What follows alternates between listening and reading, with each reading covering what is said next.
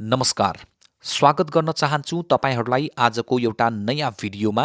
यसभन्दा अघिल्ला भिडियोमा मैले तपाईहरूलाई भावेल साउन्डको उच्चारण कसरी गर्ने, कन्सोनेन्ट साउन्डको उच्चारण कसरी गर्ने त्यसको बारेमा बताइसकेको छु।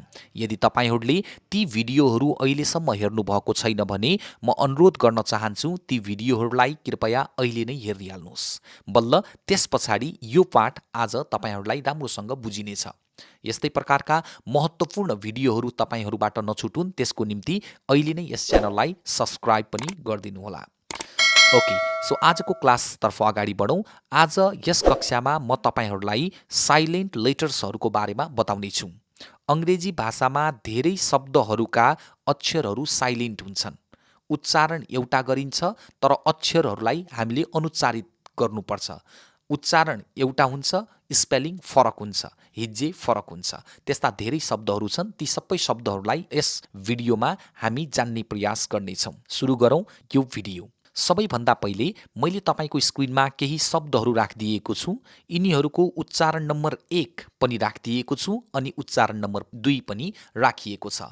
अब तपाईँ यी सबै शब्दलाई विशेष विचार गरेर बुझ्नुहोस्, हेर्नुहोस् र यिनीहरूको उच्चारण कुन सही छ, नम्बर 1 या नम्बर 2 थाहा पाउने प्रयास गर्नुहोस् त। यस, तपाईँले भनेअनुसार नै उच्चारण नम्बर 1 सही छन्, उच्चारण नम्बर 2 गलत छन्। पहिलो शब्द बम, यसको उच्चारण बम हुन्छ, बम्ब होइन। कम, कम्ब होइन। डम, डम्ब होइन। थम, टम, ल्याम, डेट, डाउट, यी शब्दहरूको उच्चारण तपाईँहरूले सही तरिकाले गर्नुपर्ने हुन्छ। अब अङ्ग्रेजी भाषामा यस्ता अनेक शब्दहरू छन् जसमा यस्तै अनुच्चारित अक्षरहरू हुन्छन्।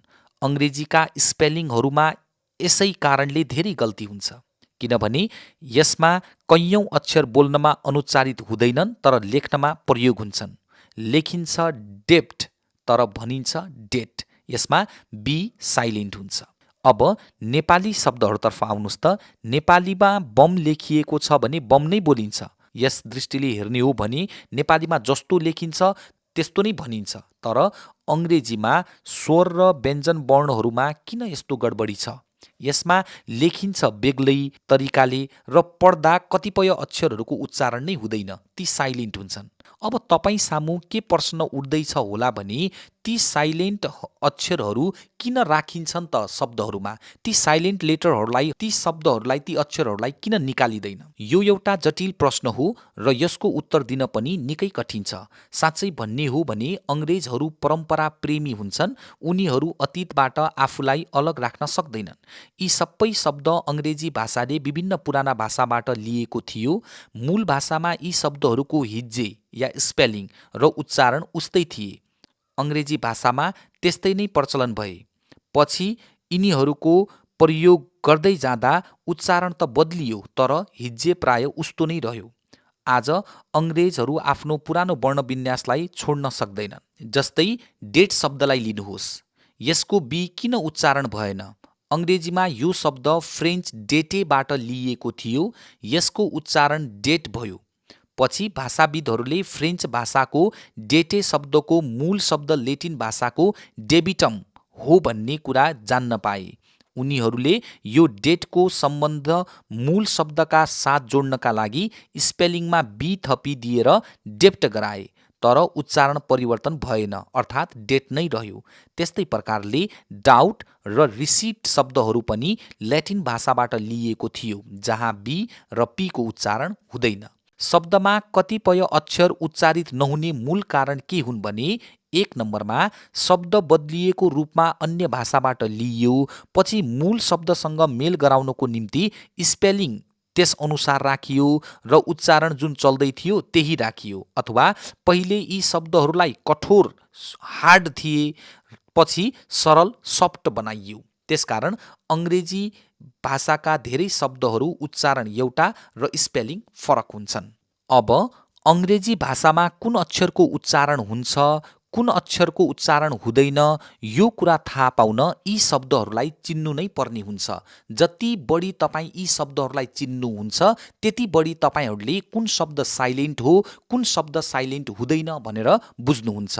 म यहाँ वान बाई वान एक एक गरेर ती शब्दहरूलाई बताउने प्रयास गर्नेछु। हेरौँ त, बी साइलेन्ट हुने शब्दहरू: कम, काइयों, ल्याम्प, पाठो, थम, बुढी औँला। सी साइलेन्ट हुने शब्दहरू: सेन्ट, अत्तर, साइन्स, विज्ञान, सिन, दृश्य। जी साइलेन्ट हुने शब्दहरू: साइन, चिन्ह, डिजाइन, रचना, रिजाइन, त्याग, नेट, लडाकु विमान। त्यसै गरी एच साइलेन्ट हुने शब्दहरू: अनर, सम्मान, आवर, घण्टा, एयर, उत्तराधिकारी। के साइलेन्ट हुने शब्दहरू: नक, ठोक्नु, नाइफ, चक्कु, नट, काँठो, नो, जान्नु, नलेज, ज्ञान। एल साइलेन्ट हुने शब्दहरू: पाम, हत्केला, काम, शान्ति, हाफ, आधा, काफ, गाईको बाछो, वाक, हिँड्नु, टक, कुराकानी गर्नु। एन साइलेन्ट हुने शब्दहरू: अटम, शरद ऋतु, कन्डेम, निन्दा गर्नु, कलम, पृष्ठको भाग, ड्याम, निन्दा गर्नु। टी साइलेन्ट हुने शब्दहरू: ह्यासन, हतपत गर्नु, लिसन, सुन्नु, अफन, प्राय, सफन, नरम पार्नु। यु साइलेन्ट हुने शब्दहरू: गार्ड, चौकीदार, गेस, अड्कल, गेस्ट, अतिथि। डब्लु साइलेन्ट हुने शब्दहरू: राइट, लेख्नु, रङ, गल्ती, एन्सर, उत्तर, सर्ड, तरवार। यस्ता धेरै शब्दहरू हुन सक्छन् जसमा धेरै अक्षरहरू उच्चारण हुँदैनन्। यहाँ मैले धेरै शब्दहरू लेख्ने प्रयास गरेको छु, बुझाउने प्रयास गरेको छु तपाईहरूलाई, जुन शब्दमा अक्षरहरू साइलेन्ट हुन्छन्। तपाईहरूले यस्तै प्रकारका अन्य शब्दहरू खोजेर कृपया कमेन्ट बक्समा लेख्न नबिर्सनुहोला। यो भिडियो बनाउँदै गर्दा धेरै इन्भेस्टिगेट गर्नुपर्छ, धेरै मेहनत गर्नुपर्छ र म तपाईहरूलाई, यदि तपाईहरूलाई मेरो काम ठिक लागेको छ र यसले तपाईहरूलाई अलिकति सहयोग गरेको जस्तो फिल भइरहेको छ भने प्लिज यस च्यानललाई अहिले नै सब्सक्राइब गर्नुहोस् र यो भिडियोलाई सेयर गरेर थुप्रै साथीहरूमा माझमा सेयर गर्नुहोस्। यसले मलाई हौसला मिल्नेछ। फेरि पनि म यस्तै अनुच्चारित शब्दहरूकै बारेमा तपाईहरूलाई बताउन चाहन्छु। कुनै कुनै शब्दहरूमा दुई अक्षरको पनि उच्चारण हुँदैन, जस्तो हाई। यो शब्दमा जी र एचबाट जी र एचको उच्चारण भएको छैन।